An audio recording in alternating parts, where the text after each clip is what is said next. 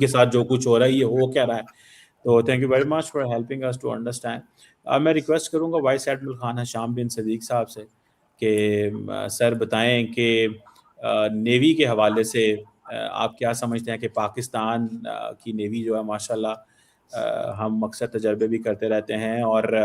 سننے میں آیا کہ انڈیا اپنا ایئر کرافٹ کیریئر بچاتا پھرا معرکہ حق کے دوران اور وہ چھپاتے پھرتے تھے, کبھی اس کو کہیں لے کے جاتے تھے کبھی کہیں لے کے جاتے تھے. But sir overall give us a strategic analysis, what do you make of کہ انڈین جو نیوی یا انڈین آرمی کے کیا پلانس تھے اور وٹ ڈو یو میک کہ کیسے چیزیں جو ہیں وہ ہو رہی ہیں اور پاکستان نے معرکہ حق میں جو لڑا, what's your take on that sir؟ اگر میں یہ کہہ سکوں چیمہ صاحب کہ صرف پاکستان نیوی نہیں بلکہ ایڈمرل صاحب آپ کو پتہ ہے ہمارے ایمبیسڈر سعودی عربیہ میں رہے ہیں اور بہت ساری آرگنائزیشن کو ہیڈ کیا, اگر یہ اوور آل بھی ذرا تھوڑا سا اسٹریٹجک لیول پہ بھی جو یہ پورا ہوا ہے سلسلہ, اور پھر پاکستان نیوی کا بھی آف کورس بتائیں. جی شکریہ سر. جی بسم اللہ الرحمن الرحیم, بہت شکریہ. پہلے جیسا کہ امبیسڈر اعزاز نے کہا میں اوور آل کانٹیکسٹ پیش کروں گا. میرے اپنے خیال میں جو معرکہ حق تھا ایک کراؤننگ موومنٹ تھا for Pakistan as a nation, ایک موومنٹ آف گلوری ہے which we continue to reap benefits out of our superlative performance جو کہ ہم نے معرکہ حق میں دی. جب میں انڈیا کی طرف سے دیکھتا ہوں تو میں یہ سمجھتا ہوں کہ ان کے لیے coined this term ایک ملٹی ڈومین اسٹریٹجک امبیرسمنٹ ہوئی. تو آپ اس کو معرکہ حق کو 3-4 اینگل سے دیکھ سکتے ہیں. ڈپلومیٹک اینگل سے دیکھا جا سکتا ہے, سائبر وار اور انفارمیشن وار کے حساب سے دیکھا جا سکتا ہے, میڈیا کی وار سے دیکھا جا سکتا ہے, and obviously there is a nuclear domain, اور ساتھ ہی ساتھ ملٹری اسٹریٹجی کے حساب سے دیکھا جا سکتا ہے. تو آپ کو پتا ہوگا کہ doctor Cheema knows more than I do کہ ود رسپیکٹ ٹو جو میڈیا کا ان کا نیریٹو تھا وہ بالکل ان کا یعنی کہ جسے کہتے ہیں نا کہ منہ کے بل وہ گر گیا. جو انہوں نے ایک وار ہسٹیریا قائم کیا ہوا تھا اور ایک جو فیک نیوز کا ایک بازار گرم کیا ہوا تھا, اس پہ جو جتنی امبیرسمنٹ ان کو انٹرنلی اور انٹرنیشنلی ہوئی, چیمہ صاحب اس پہ کمنٹ کر سکتے ہیں. ڈپلومیٹیکلی ہمارے جو ٹرسٹڈ دوست تھے جن میں ترکی, سعودی عربیہ اور چائنا شامل ہے, اور باقی ممالک جتنے بھی خطے کے ہیں اور خطے سے باہر بھی ہیں, انہوں نے پاکستان کے ساتھ نہ صرف پاکستان کے نیریٹو کو فارورڈ کیا بلکہ پاکستان کی بھرپور ڈپلومیٹک اور دوسری طریقے سے مدد کی. ایز فار ایز نیوکلیئر یا ملٹری اسٹریٹجی از کنسرنڈ, تو میں یہ سمجھتا ہوں کہ پاکستان کے اوور آل ملٹری اسٹریٹجی کے 2 دور ہیں. ایک دور جو کہ 1998 سے پہلے before we went overtly nuclear, اور ایک دور ہے جو کہ اس کے بعد 1998 سے پہلے تک ہمارا ایک کانٹیننٹل مائنڈ سیٹ تھا, اور ہم یہ سمجھتے تھے کہ جو انڈیا کی overwhelming power with respect to conventional capability ہے, اور اسپیشلی نیول ڈومین میں اور ملٹری ڈومین میں جہاں ان کی ریشو 2:1 سے زیادہ ہے, اور جو ان کی اسٹریٹجک اسٹرائک فورسز تھی, تو ہم ایک ایگزسٹینشیل تھریٹ دیکھ رہے تھے فرام دی لینڈ بارڈرس. تو وہ اس کے لیے ہم اس کی تیاری کرتے رہے. اور پھر جب ہمارا جو نیوکلیئر ڈیٹرنس جو اسٹریٹجک ڈیٹرنس آ گیا, تو ہم یہ سمجھتے تھے کہ یہ ڈیٹرنس اتنا کافی ہوگا کہ وہ ایک کنونشنل وار کو ڈیٹر کر سکے. لیکن ہم نے دیکھا کہ over a period of time Kargil ہوا, کارگل کے بعد 2001 کا اسٹینڈ اپ ہوا, 2019 اینڈ 2026. تو ہم نے دیکھا کہ despite the nuclear over hang کوئی نہ کوئی ایک ریزن ہو سکتا ہے, کوئی وجہ بن سکتی ہے جہاں انڈیا مس کیلکولیٹ کرتا ہے, اور ایک ملٹری کوشچن جو 2001 میں کی یا ایکٹیو یا جسے وہ سرجیکل اسٹرائک کہتا ہے, وہ اس پہ یہ پچھلے 25 سال کا ہمارا ایکسپیرئنس ہے کہ ہمیں ایک کنونشنل ڈیٹرنس کو بھی رکھنا ہے, اور پھر ہم ایک منیمم کریڈیبل ڈیٹرنس سے ہم ایک फुल स्पेक्ट्रम डिटरेंस की तरफ चले गए हैं, जहां हम कॉन्फ्लिक्ट स्पेक्ट्रम के हर लेवल पे, चाहे वो सब कन्वेंशनल हो, चाहे वो LIC हो, चाहे वो खाली ब्लॉकेड हो, या इस टाइप या एक्टिव वॉर फाइटिंग हो, and then God forbid nuclear war fighting, तो वो सारे स्पेक्ट्रम को हमने कवर कर। दूसरी बात हमें समझने की जरूरत है कि जैसे जैसे टेक्नोलॉजी इवॉल्व होती है तो दुनिया में मिलिट्री स्ट्रेटजी और कैरेक्टर ऑफ वॉर या नेचर ऑफ वॉर वो जो है वो चेंज होता था। और हम ये देखते हैं कि इन करंट सिनेरियो जो कि हमने यूक्रेन और रशिया का देखा, कि एक इंटेलिजेंस बेस्ड ऑपरेशन और इंटेलिजेंस ऑपरेशन या साइबर ऑपरेशन इतने कामयाब और इतने इफेक्टिव हो गए हैं कि वो आपकी कन्वेंशनल कैपेबिलिटी के जो इफेक्ट्स हैं उसको फार आउटवे करते हैं compare to the risk and the cost involved. तो मैं ये समझता हूँ जब हम कॉम्प्रिहेंसिव सिक्योरिटी की बात करते हैं तो इसी तरह कॉम्प्रिहेंसिव वॉर की भी बात एक किस्म का एक स्पेक्ट्रम जो है वो ऐसा हो गया कि जिसमें ना सिर्फ साइबर है या मीडिया है या इकोनॉमिक क्वेश्चन है या एक्टिव मिलिट्री वॉर फाइटिंग है, चाहे वो इन टर्म्स ऑफ मिसाइल हो या in terms of unmanned aerial vehicles हो या अनमैन्ड अंडर वाटर व्हीकल्स हो। तो ये सारा जो एक ऐसा एक बड़ी हो गया है वॉरफेयर का कि जिसमें हमें हर किस्म की तैयारी की जरूरत रहती है, और इसी तरह जो है वो क्या कहते हैं फोर्सेस और अपनी कैपेबिलिटी नेशंस डेवलप करती हैं। तो जब ये न्यूक्लियर डिटरेंस हमारा आ गया तो हम ये समझते हैं और ये बिल्कुल बजा तौर पर समझते हैं कि जो भी आइंदा जंग अगर होती है, मिलिट्री कॉन्फ्लिक्ट होती है, वो शॉर्ट एंड स्मार्ट होगी और डिस्ट्रक्टिव होगी। तो जब इस चीज को मद्देनजर रखें तो जितने भी एयर एलिमेंट्स हैं जिन उनमें फ्लेक्सिबिलिटी होती है, उनमें प्रिसिशन अटैक होता है और उनमें स्पीड का एलिमेंट होता है, ताकि जो शॉर्ट टाइम में जो आप इफेक्ट्स क्रिएट करना चाहते हैं वो हासिल हो सके। तो पाकिस्तान की एक ओवरऑल मिलिट्री स्ट्रेटजी है जिसमें कुछ ऑफेंसिव एलिमेंट हैं, कुछ डिफेंसिव एलिमेंट्स हैं और कुछ ऐसे एलिमेंट्स हैं जो कि इकोनॉमिक कोर्शन और दूसरी चीजों को वो रोकते हैं। तो मैं ये समझता हूँ कि ये एक जितनी भी आर्म फोर्सेस है, कुछ एक्टिव वॉर फाइटिंग देखती हैं, कुछ डिफेंसिव रोल में होती है। तो दोनों फोर्सेस के अपनी अपनी तय अपना रोल जो है वो इंतहाई अहम होता है। तो हमने देखा कि इस मार्का हक में एयरफोर्स की एप्लीकेशन हुई और मिसाइल की एप्लीकेशन हुई, जो कि एक बड़ा डेंजरस ट्रेंड है। जैसे सईद साहब ने कहा कि हमारे पास वार्निंग का कोई यानी कि हार्डली 2 या 3 मिनट की वार्निंग है या इससे कम की, डिपेंडिंग अपॉन हाइपरसोनिक मिसाइल्स और ये वो। तो आप एक डेंजरस ट्रेंड सेट हो गया है कि जिसपे ये नहीं पता चलेगा कि ये जो मिसाइल है ये न्यूक्लियर ट्रिप है या कि कन्वेंशनल वॉर है क्या। तो आइंदा इस चीज के बारे में बहुत ज्यादा मुहतात रहना पड़ेगा। इसी तरह हमने देखा कि जो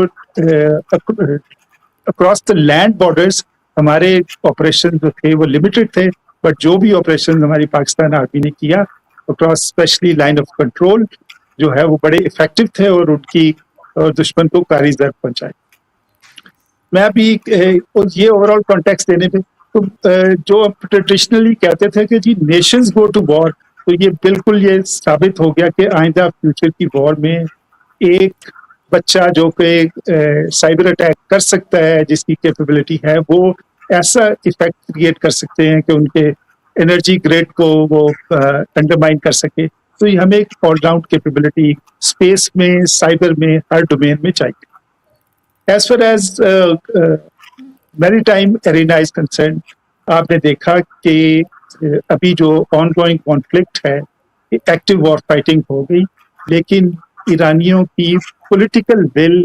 या एज ए नेशन उनको डिफीट नहीं किया जा सका, डिस्पाइट के हैवी बम्बार्डमेंट हुई, मिसाइल की फायरिंग हुई and so on and so forth, पूरी लीडरशिप को शहीद कर दिया गया। तो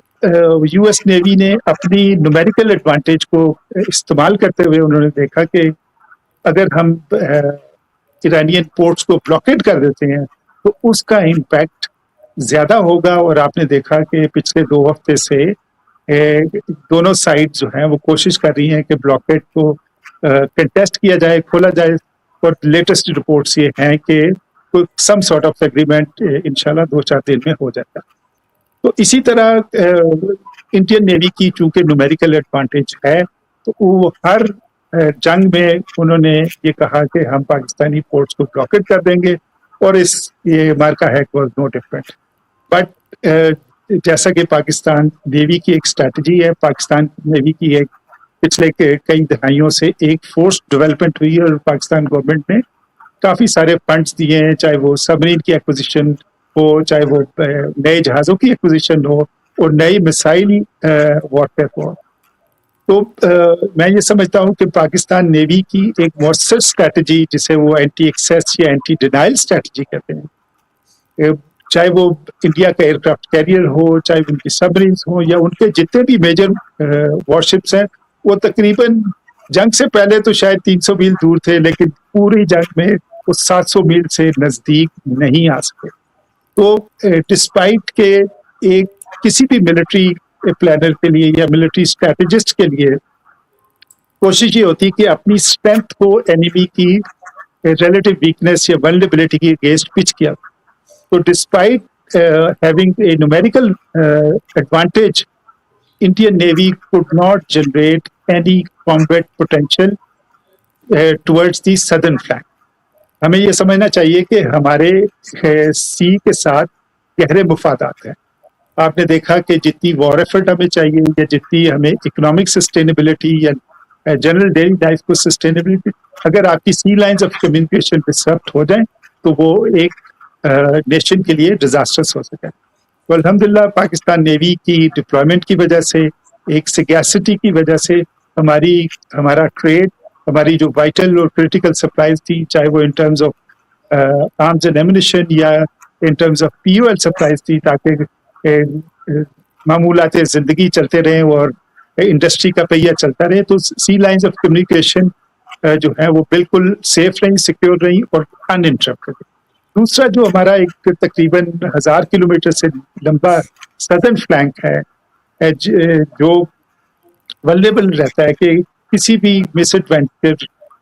इंडिया का एक थ्रेट रहती है कि वो एम्फीबियस लैंडिंग कर सकते हैं या उस तरफ से सदर्न फ्लैंक से अटैक कर सकते हैं, जबकि हमारी कंसंट्रेशन कश्मीर की तरफ हो, मेजॉरिटी रहती है और बाकी के पॉपुलेशन सेंटर्स की तरफ रहती है। तो ये वाला फ्लैंक, इसको चाहे एयर डिफेंस प्रोवाइड करना हो, चाहे उसका सीवर डिफेंस प्रोवाइड करना, तो वो पाकिस्तान नेवी की जो एम्प्लॉयमेंट है, चाहे वो सबमरीन्स की या चाहे वो सरफेस शिप्स की, उन्होंने ऐसी की कि वो इंडिया इस चीज को एक्सप्लॉइट नहीं कर सका। तीसरा जो मैं समझता हूँ कि चूंकि हम ये समझते हैं कि न्यूक्लियर ओवरहैंग में जंग जो है वो लिमिटेड होगी in terms of time and in terms of scale as well. तो अगर सदर्न फ्लैंक पाकिस्तान में, जिसमें कराची जो हमारा इकोनॉमिक हब है और हमारी लाइफलाइन है पूरे पाकिस्तान की, उसको अगर अटैक होता तो ये जो कॉन्फ्लिक्ट है ये आउट ऑफ प्रोपोर्शन जा सकता था, और वो एक ऐसी जंग छिड़ सकती थी जिसको कंट्रोल करना या काबू करना जो है आसान ना होता। तो इसलिए मैं ये समझता हूँ ये भी एक रिस्ट्रेनिंग फैक्टर था कि इंडिया डिड नॉट वांट, वो ये समझ रहे थे कि हमारी हेजेमनी और हमारी पॉलिटिकल और डिप्लोमेटिक क्लाउट ऐसा है कि हम एक सर्जिकल स्ट्राइक करेंगे और पाकिस्तान रिएक्ट नहीं करेगा, और हम पूरी दुनिया में अपना ढिंढोरा पीटेंगे कि देखे हमने एक टेररिस्ट इंफ्रास्ट्रक्चर को ना सिर्फ तबाह किया बल्कि पाकिस्तान को सबजुगेट कर दिया। तो ये नेट सिक्योरिटी प्रोवाइडर का जो स्पेशली एरेना था at the behest of US, उन्होंने स्पेशली कॉइन किया था इंडियन ओशन के लिए, जहां वो चाइनीज नेवी को कंटेस्ट करना चाहते थे और अपनी एक हेजेमनी कायम करना चाहते हैं। मैं ये समझता हूँ कि ये जो ऑपरेशन सिंदूर था, टेसिट अप्रूवल थी US की। आपने देखा कि उनके वाइस प्रेसिडेंट उस वक्त इंडिया में मौजूद थे, और वो ये देखना चाह रहे थे कि इंडिया को जो हम नेट सिक्योरिटी प्रोवाइडर या एक regional hegemon as a counterweight not only to nuclear Pakistan but also mainly to China को कंटेन करने के लिए वो तो अल्हम्दुलिल्लाह पाकिस्तान की कौम, पाकिस्तान की अफवाज की परफॉर्मेंस ने ये साबित कर दिया कि इंडिया की या यूएस की ये खाम ख्याली थी कि पाकिस्तान को ब्राउबीट किया जा सकता है या पाकिस्तान को कैपिचुलेट किया जा सकता है in the political arena of the world. And अल्हम्दुलिल्लाह हमारी कौम की रिजॉल्व और कौम के जज्बे ने और हमारी प्रोफेशनलिज्म ने इंडिया को वो सबक सिखाया है कि मेरा नहीं ख्याल कि कोई active military conflict in the immediate time frame हो, स्पेशली जबकि ऑलरेडी एक मिडल ईस्ट में कॉन्फ्लिक्ट जारी है। और आपने देखा कि ये ऑपरेशन बुनियानुल मरसूस के ही बरहूने मिन्नत है कि पाकिस्तान को एक खित्ते में एक इंतहाई अहम रोल एज्यूम करना पड़ा इन ए रीजनल कॉन्फ्लिक्ट जहां ना सिर्फ ईरान बल्कि पूरी दुनिया चाहे वो चाइना हो वो एक हमारे पाकिस्तान की तरफ देख रही है कि वो उनकी मीडिएशन एफर्ट जो है। और इंडिया जो नेट सिक्योरिटी प्रोवाइडर जो था या रीजनल हेजेमोन था इज कंस्पिक्युअस बाय इट्स एब्सेंस जो है जिसे कहते हैं कि net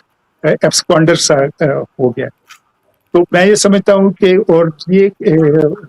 couple of last comments आपने देखा कि इस जंग के खात्मे के बाद इंडियन डिफेंस मिनिस्टर ने while visiting Indian naval ships उसने कहा कि पाकिस्तान तैयार रहे, नेक्स्ट राउंड जो होगा वो मैरीटाइम एरिना में होगा। तो हमें बिल्कुल तैयार रहना चाहिए। हमें वो एक सिनर्जी क्रिएट करने की जरूरत है कि जहां तीनों आर्म फोर्सेस एक कॉमन एनिमी को एक कॉम्प्रिहेंसिव मिलिट्री स्ट्रैटेजी के तहत एक्सिक्यूट करें ताकि कहीं भी कोई वीकनेस या कोई वल्नरेबिलिटी